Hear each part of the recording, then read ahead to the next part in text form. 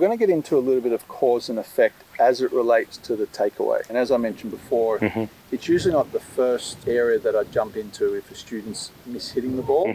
Let's say the takeaway gets so far out of position, or the way that the student uses the club or body is just not functional, then I would adjust it. Now, often the reason with let's say a beginner or someone that can't hit the ball so solid, the reason why I don't work on the takeaway first, because when I get them into, let's say, a functional impact, I'm already working on the takeaway. Right. It's not something I have to mention. Right. Let's get into what I would deem as a student that has an ability to strike the ball solid, but is getting the club out of position really early. I'd say one of the most common patterns that I see, let's say from a functional setup, would be the student rolling the golf club towards the sky. And this is usually because the forearms get too active in this sensation.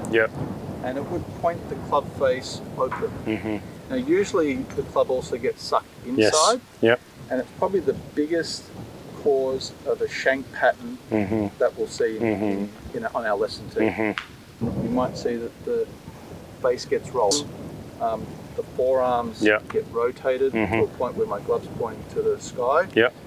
And we sort of lose a lot of control here through the wrist top. And often that club has to get thrown out to make any contact with the ball. And we'll see that the ball's struck off the heel. When I'm working on takeaway, I'm probably working on that pattern 80% of the time. So cause and effect. You know, when that club is being rotated open, the effect of that is that the student is not going to be able to get the club on the ball in a very consistent manner.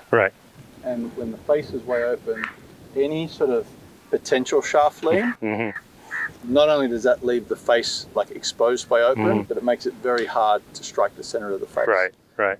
Often when the club's being thrown out in this fashion, not only is the impact going to be weak in this sense, but the club's also getting kicked way outside, let's say a reasonable line into the golf ball.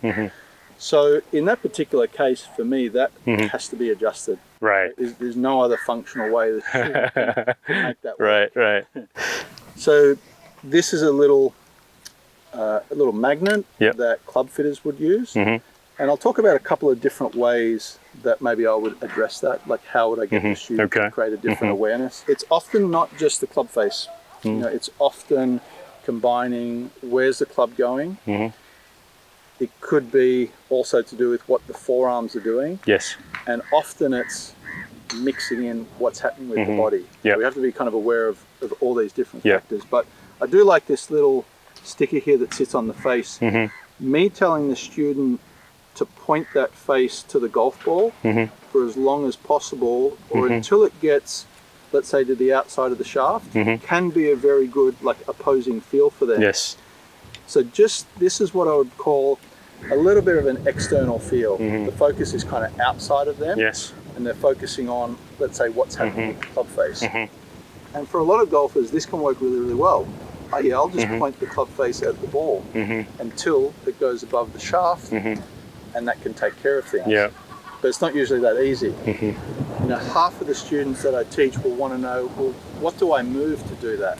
Not just what does it look like. So then we get into, let's say, the function of the forearms.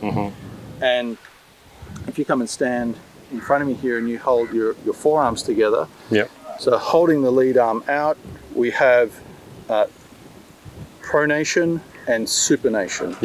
So pronation is where the palm goes down for a left hand, and supination is where the palm's to the sky. Someone explained to me, if you're holding a cup of soup, that would be supination.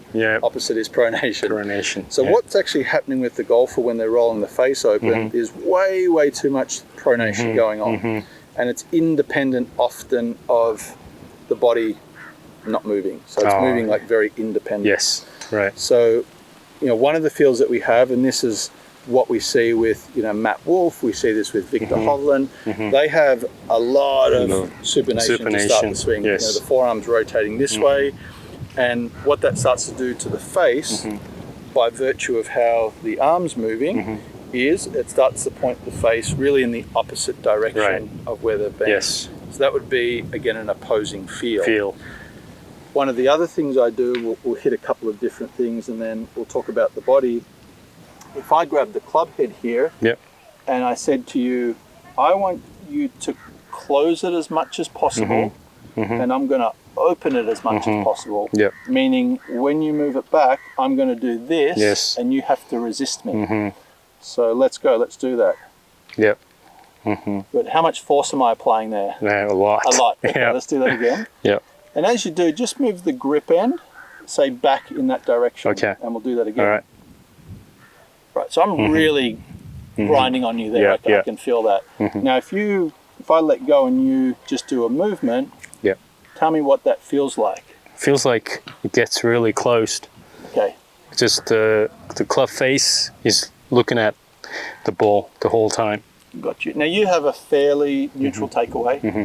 It doesn't get too toe up or toe down. So when I'm giving you a feel like this, this would accentuate a closing feeling. So as you go back again, I twist it in the opposite, you have to resist me. So this technique's called a reverse resistant. And what that does is it's going to give you a really strong feel and sense, creating, let's say, an opposite. So that's another way, I guess, to get a sense of the club and essentially what your forearms need to feel in that moment. What if someone closes too much?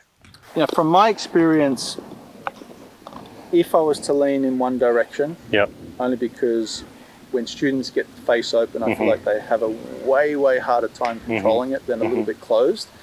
If it's sat a little bit on the closed spectrum versus open, I tend to leave that. I'm not going to change it too much. Again, we have what I would call corridors of success or parameters that I would still say would make a pretty functional swing from there to there. So I'm not just looking here, even though we are talking about takeaway, I am actually looking at what are they doing from P2 or takeaway to up. Because a lot of things can be adjusted and corrected along the way. It's when we get into extremes, that's where it gets challenging. But this is a great little device. I'd say I like to give a feeling of the takeaway when we get, again, a really extreme rotated pattern. So I put this putting connector under my armpits and bring my hands together. Now, if I just literally move my lead shoulder down, and I'd say slightly inwards, in other words, this would be the down part. And if I grabbed hold of the club, without adding any rotation of my chest, if I literally just tip my left shoulder down, that would create, let's say, solid close looking at the face, or definitely points to the club. So sometimes with students, they need to feel it more through the upper body. And there needs to be a connection of the arms, chest to shoulders as they kind of move that in this direction. Now this might look pretty extreme. It might even look like I'm over tilting a little bit.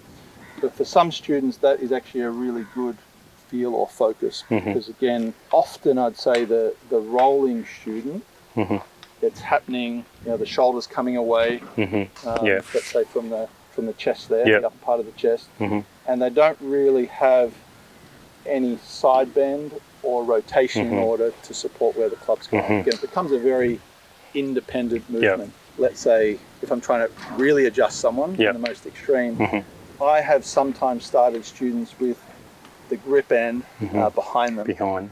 And so they almost cannot go that way. Again, that would be in a pretty extreme pattern with regards to someone that's kind of going this way.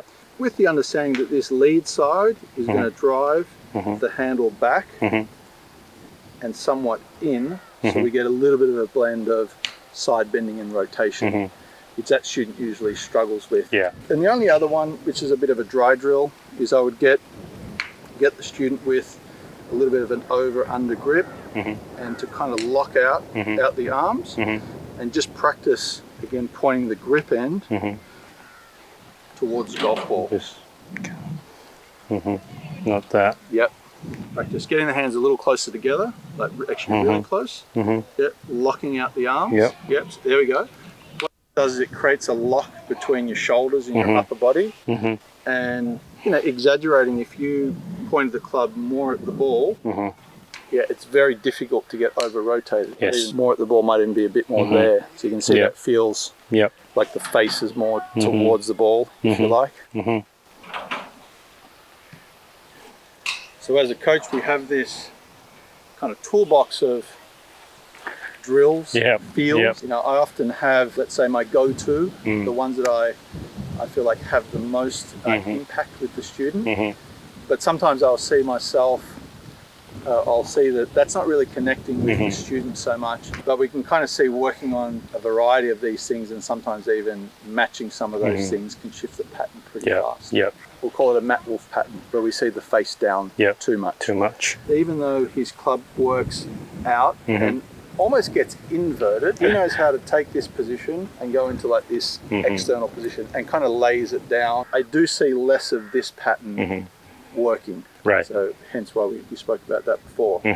구독, 좋아요, 감사합니다.